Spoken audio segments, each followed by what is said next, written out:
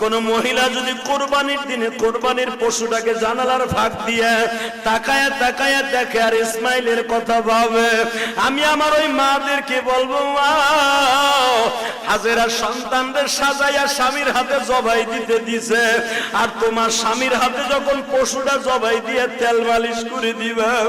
এই পশুটাই দিয়া বলবে, ও জাতির পিতা ইব্রাহিম, সুন্নাত আবিকুম ইব্রাহিম, তোমার সুন্নাত আদায় করতে যাই মহিলাই গরুটারে খৈল ভুসি খাওয়াইছে, এই মহিলা গরম পানি করে দিয়ে আদর করে দিছে, এই মহিলা দারোয়ানকে বলছে, গেটম্যানকে বলছে গরুটারে সুন্দর করে গোসল করা। মনে রাখো গো মা, এই জন্যই দেখবেন গরু কিনবেন আপনি, গরুটার তদারকি দিয়ে দিবেন আপনার বিবির আন্ডারে। আপনার বিবি যদি এই গরুটারে তেল মালিশ করে দেয়, গরম পানি করিয়ে দেয়, একটু আদর করে দাও গো মা।